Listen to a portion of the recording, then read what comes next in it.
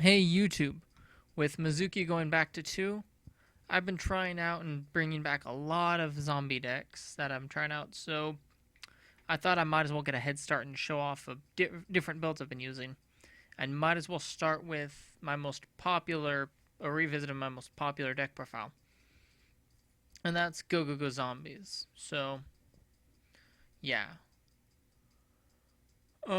First things first, I haven't actually tested this more or less exact build. I mean, I've tested out before I updated it for the September list. And just replacement stuff, I had to take out Card Destruction, Heavy Storm, and Monster Warren to meet the list. But uh, it doesn't really hurt this deck, except for Heavy Storm. You just replace the Monster Born with a Book of Moon, the Heavy Storm with the third MST, and Card Destruction just swaps out for Mezuki. And I'm just gonna quick card explanation for Card Destruction. You'll sometimes draw really awkward hands where you'll get like double Golem, Ghost, Lumina, and it's just stupid. And so you Card Destruction it and you can set up your graves. So that's good. But now it's kind of more or less deck profile. So I'm sticking to the Oni loop because that's one of the win conditions of the deck. Or Blue Blooded Oni is such a good card. And more or less, if you're able to get a Blue Blooded Oni on the field and have 2 Engrave and Xyz monster with 2 materials on it, you should win that game. If not that turn, you should be able to put enough damage unless your opponent has hand traps or back row. But you should be able to force and bait out that back row before you commit to something like that. But the Oni loop is still intact, and if you don't know what I mean by Oni loop, go look at my last Gogogo deck profile, and I think I explained it there. I dropped Zombie Master down to 2. It's for this, I more or less have started liking just 2 Zombie Master, 3 Goblin Zombie. I guess that's working out for now. Plus, with this, you really only need 1 Zombie Master to get things started, because you're gonna find a way to burn off your entire hand anyway, and you're gonna OTK. Plus, with 3 Golem Zombie, you do lose your hand very quickly. Plus, with 3 Golem Zombie, it's just a faster way to get to Mezuki, and you need to see the Mezuki. And being able, with running a mill engine, you're more likely to mill Mezuki, which is good. And drop Ghost down to 2. You don't really need multiple Ghosts, you just need to get 1 in the grave. And it really doesn't do anything when it's in your hand and drawing into them. So this is just, hopefully you mill 1 and it doesn't get bottomless. I put Giant down to 2. It's an amazing standalone card once you've set up a Ghost and Golem engrave.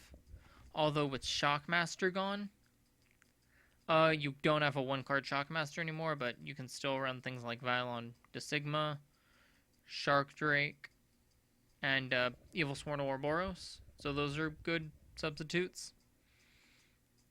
And it doesn't really help if you want to establish a loop. It's more or less just a card that you're going to use to put pressure on your opponent.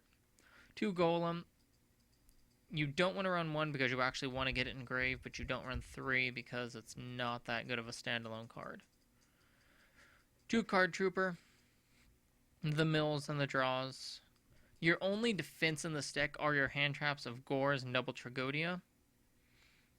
And Trag is very nice in this deck because being able to modify to 4 is just another way to put a level 4 monster on the floor board to just start combos and loops. For the Lightsworn and Mill Engine, I run triple Lila, triple Lumina. Lila obviously is there to pop back row and get mills. Lumina has 3 jobs. Milling, obviously. Its Zombie Master effect lets you set up things like Golem and Ghost Engrave. And finally, if you're able to summon, it can help you summon Levier the Sea Dragon. And Levier, if you have a Mezuki Engrave and a Levier that you can put on the field and you're able to banish Mezuki because you have a proper target special summon, that's just ways to help you OTK. And so you can just like pitch, special, overlay, just good stuff. Dark Hole is staple. Foolish Burial, you need to get more or less everything in the grave. 3 MSTs because it's an OTK deck, you need to remove the back row. Had to put Book of Life up to 3 because Monster Born, it helped with the combo, helped with combos, and Book of Moon is just a good replacement, being able to pull out an Oni, a Master from your grave. And then for my mill spells, I ran a Charge of the Light Brigade to search out the stuff, and 3 Solar Recharge. This deck loses if you can't set up your grave quickly. So Solar Recharge is just there to hopefully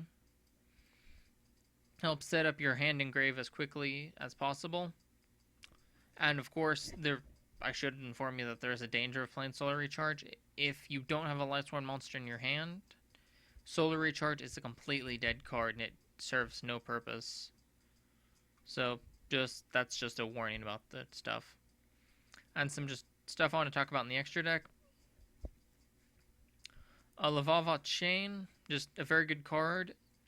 You could barter on 2 if you wanted to.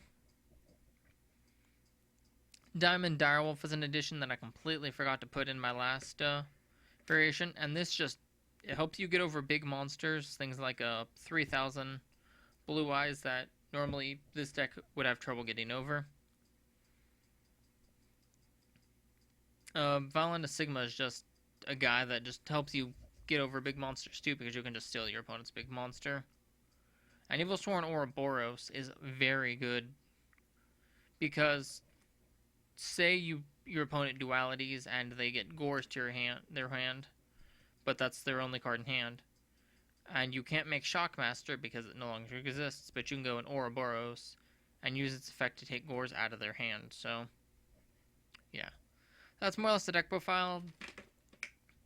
I'm testing my turtle zombies, zombie plants.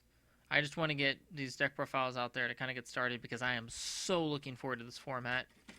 When I talked about the ban list, it may not have seemed like it, but now that I've had the time to think about it, this format is looking to shape up very good. So thank you for watching. Goodbye.